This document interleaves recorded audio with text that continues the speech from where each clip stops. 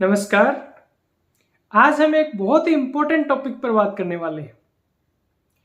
मुझे लगता है कि सोयाबीन की खेती में यदि कोई सबसे ज्यादा क्वेश्चन यदि पूछा जाता है तो वो ये है कि सोयाबीन की फसल में, स्पेशली खड़ी फसल में, क्या डालें कि उसमें अच्छा फलाव आए, अच्छी पैदावार आए, दाने में अच्छी चमक आए।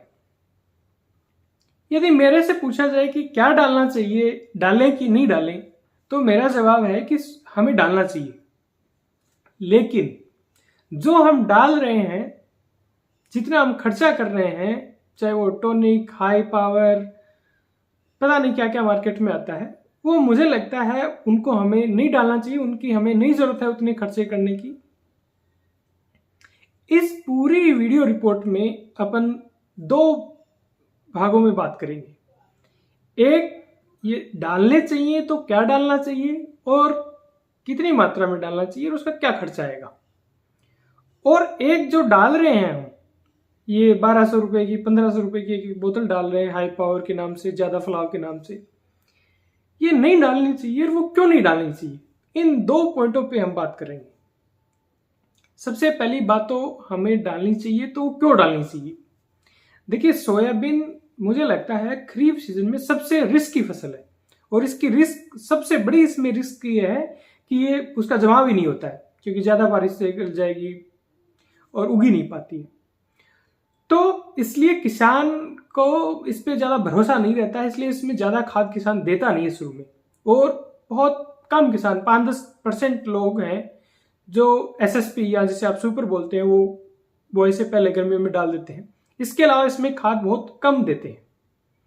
तो इसकी खड़ी फसल में हमें खाद के रूप में या पोषक तत्वों के रूप में, खुराक के रूप में हमें कुछ दे देना चाहिए। यदि आपकी फसल कमजोर है, भले उसमें कीड़ा लग गया या बीमारी लग गई है, या मान लो आपने खरपतवारनाशी का स्प्रे ज्यादा मात्रा में कर दिया है, उसकी वजह से आपकी फसल दब गई है, तो उस केस में आप ऊपर से कुछ उसको पोषक तत्व देके उसको आप रिकवर कर सकते हो और उसका काफी फायदा भी मिलता है। तो इसके लिए सबसे बेस्ट तो ये है कि जब फूल आने स्टार्ट हो तब आप अब उसमें NPK 18-18-18 का स्प्रे करें। 18-18-18 ही क्यों, बहुत से ऐसे वाटर सोल्यूबल फर्टिलाइजर और भी आते हैं, जैसे NPK 19-19-19 है, या NPK 0050 है, NPK 52-34 है, और भी कई आते हैं। लेकिन अपन 18-18-18 इसलिए दे रहे हैं कि इसमें NPK तीनों होते हैं और साथ में इसमें 6% के आसपास सल्फर भी होता है, और सोयाबीन में सल्फर बहुत ज्यादा जरूरी है। तो यदि आपकी फसल कमजोर है और आपको देने पोषक तत्व तो ऊपर से देने की जरूरत है, तो सिंपली आप फूल आने से पहले आप उसमें NPK 18-18 का स्प्रे करें। और आपको और ज्यादा कमजोर लग रही है तो उसमें आप माइक्रो न्यूट्रिएंट का मिक्सर आता है जिसमें 6 पोषक तत्व आते हैं, वो आप उसमें ऐड कर सकते हैं। यदि मात्रा की बात करें तो आपको एक 15 लीटर की टंकी में सिर्फ 75 ग्राम NPK 18-18 लेना है। और माइक्रो न्यूट्रिएंट का जो मिक्सर है वो अलग अलग कंसंट्रेशन में आता है, लगभग आपको 50 ग्राम के आसपास एक टंकी में लेना चाहिए। यदि आप 1 हेक्टर एरिया में ट्रैक्टर की टंकी से करना चाहते हो तो NPK 18-18-18 आप 2 किलो एक टंकी में लो, और जो माइक्रो न्यूट्रिएंट का मिक्सर आता है वो आप 1 से 1.5 किलो के आसपास ले सकते हैं। अब जब आपके फलाव आता है, फलियां बनती हैं, उस टाइम आप फसल में यदि फिर आपको लग रहा है कि मेरे को देना है, मेरी फसल कमजोर है, तो आप फिर से यही चीज रिपीट कर सकते हो, NPK 18-18-18 और माइक्रो न्यूट्रिएंट का मिक्सर।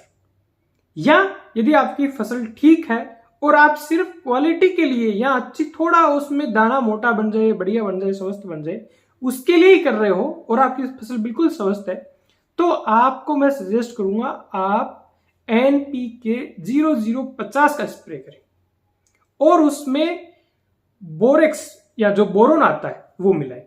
NPK 0050 अपन क्यों डाल रहे हैं, क्योंकि इसमें 50% पोटास होता है और इसमें करीब 17% के आसपास सल्फर भी होता है, जो इस टाइम सोयाबीन जब पकाव पे आती है तब ये पोटास और सल्फर दोनों ही जरूरी हैं। और यदि आप इसमें बोरोन भी मिला दें 30 ग्राम के आसपास उसी 15 लीटर वाली टंकी में, तो वो ठीक रहेगा, क्योंकि बोरोन का भी जो आपका दाना जब बढ़ता है तो उसमें काफी अच्छा रोल होता है। तो यदि आपकी फसल एकदम स्वस्थ है, सब ठीक है, आप सिर्फ क्वालिटी के लिए, इंप्रूवमेंट के लिए यदि कुछ करना चाहते हो तो एनपीके 0050 और उसमें आप बोरोन ही मिलाएं। लेकिन आपकी फसल कमजोर शुरू से ही रही है तो आप यहां भी एनपीके 18-18-18 और उसके अंदर माइक्रोन्यूट्रिएंट जिसमें 6 पोषक तत्व आते हैं उसका मिक्सर आप ऐड करके स्प्रे कर सकते हो। इस एक स्प्रे में यदि आप करते हो तो आपके लगभग 300 रुपए 1 हेक्टेयर में खर्चा आता है। अब ये तो बात हो गई, अपने को यदि अपनी फसल को थोड़ा उठान पे लाना है, अच्छी पैदावार या दाने की चमक के लिए आप ये कर सकते हो।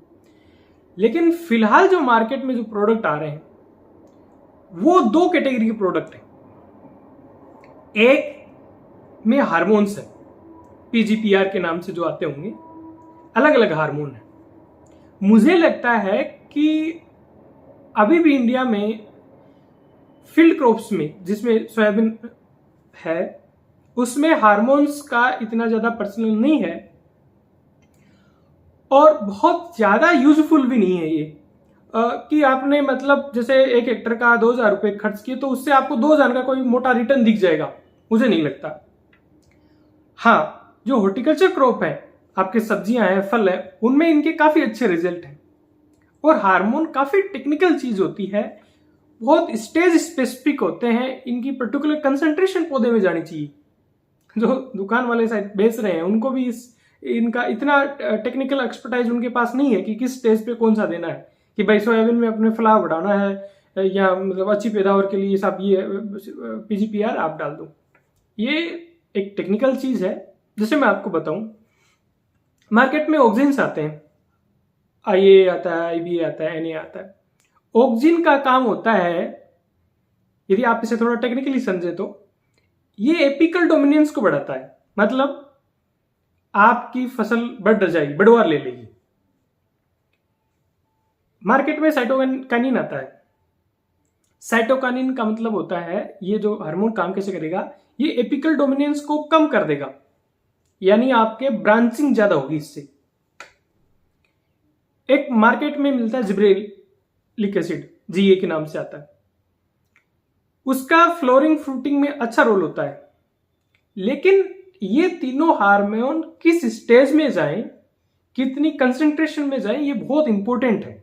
दूसरी चीज है कि मार्केट में कई ऐसे प्रोडक्ट मिलते हैं जिनसे बढ़वार बढ़ेगी, पैदावार होगी, ये होगा, जिसमें किसी में ह्यूमिक एसिड होता है, किसी में सब न्यूट्रिएंट का मिक्सर होता है, किसी में सीवीड एक्सट्रैक्ट होता है। ऐसा नहीं है प्रोडक्ट बुरे हैं, इनका रिजल्ट नहीं आता। मैं ये नहीं कह रहा इनकी रिजल्ट नहीं आता, रिजल्ट आता है। रिजल्ट तो यदि आप पानी का स्प्रे कर देंगे, सिंपल पानी का, तो उससे भी पत्तों की धूल हट जाती है, बढ़िया प्रकाश संश्लेषण पौधा करता है और वो भी यूजफुल होता है। और आप सिंपल यूरिया का स्प्रे कर दो, वो भी उसका भी रिजल्ट दिखता है। मैं नहीं कह रहा इनका रिजल्ट नहीं दिखता, लेकिन इनका रिजल्ट उतना नहीं है जितना इनसे अपना खर्चा लग रहा है, एक बात। दूसरी बात ये कि इतना ही रिजल्ट या इनसे बेहतर रिजल्ट अपन सिर्फ जो वाटर सोल्यूबल फर्टिलाइजर हैं, एनपीके 18-18, 19-19 या 52-34 या आपका 0050, इनसे भी अपन ले सकते हैं, इवन इनसे बेहतर ले सकते हैं। तो अपन उन पे इतना खर्चा क्यों करें? इसलिए मेरी राय आपको ये है, यदि आपकी फसल कमजोर है या कोई कीड़ा लगा, उसमें कोई बीमारी आई है, तो उसके स्ट्रेस से उबारने के लिए आप सोयाबीन की फसल में फूल आने से पहले आप एनपीके 18-18-18 75 ग्राम 15 लीटर की टंकी में और उसके साथ माइक्रोन्यूट्रिएंट का मिक्सर आप 50 ग्राम के आसपास लेके स्प्रे करें। और यदि एक स्प्रे आप और रिपीट करना चाहते हो तो जब आपका दाना भरे फसल में या फलियां बन जाए उस टाइम में आप कर सकते हो। ये सेम चीज एनपीके 18-18-18 और माइक्रोन्यूट्रिएंट मिक्सर या यहाँ 0050 प्लस बोरोन का स्प्रे भी कर सकते हो। लेकिन जब आप फलियों पे आपकी सोयाबीन हो तब आप ट्रैक्टर से स्प्रे ना करें तो बेहतर है, हाथ की टंकी से करें।